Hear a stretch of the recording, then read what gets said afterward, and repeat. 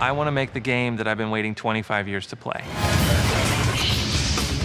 Transformers War for Cybertron really started with a sketch of Bumblebee, and we redesigned that character to modernize it all up to be much more of a realistic adult version. That was that first sketch that we slid across the table to Hasbro and said, what do you guys think? And that's where it all started. I think the approval process for Hasbro, especially nerve-wracking. In a sense, it's like George Lucas looking at you redesigning Luke Skywalker. My name is Aaron Archer. I'm Senior Design Director, and I oversee the Transformers universe for Hasbro. Activision came to Hasbro and said they wanted to make a kind of a breakthrough game, definitely a gamer game. And the original idea was, we've had a couple games that were based on Earth. How about going to Cybertron? And that's a really cool place. It's the home planet of the Transformers. And the early days of that civil war between the Autobots and Decepticons was a story that really hadn't been fleshed out in any format. Hasbro has been fantastic to work with. What they've allowed us to do is take a licensed property and treat it like a brand new IP. To see it grow beyond what our imaginations at Hasbro could be,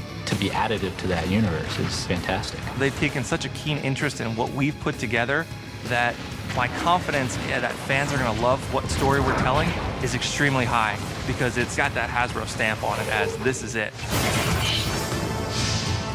It's an amazing opportunity for us at High Moon Studios to work on creating the canon for what Transformers are going forward. Transformers War for Cybertron takes place on Cybertron. It's their backstory of what they were doing and how they became to be before they ever came to Earth. Because we're not tied to a movie, we're able to tell our own story. This is the Transformers game that they've been waiting for the last 20 years. It's based on the G1 universe. We're showing how Optimus rises into his leadership position. All those things were really cool to explore and build from that people wouldn't expect yet. You know, it's all fuzzy. We all kind of think we know, but you're really going to see it here.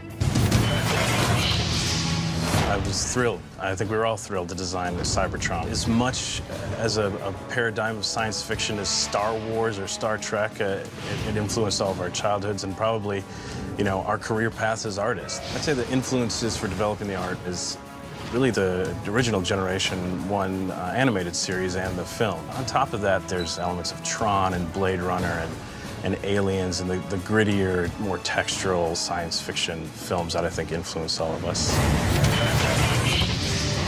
I think Transformers fans will like this game because we took it seriously, we took the property seriously.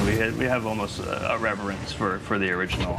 It takes something that you may have had a fondness for as a kid and a really kind of violent, dark, adult style that I think people that are into games like Call of Duty will be able to get into. I think people are going to be blown away by the effort. I just can't wait to get the ball rolling. This won't be the only touch point. It's a big place that we're going to build off of. It's been a fantastic experience to revisit all those childhood memories, gather the resource from the huge lore that is Transformers, and then shape that into basically a brand new vision of what Transformers are in a way that people haven't seen before.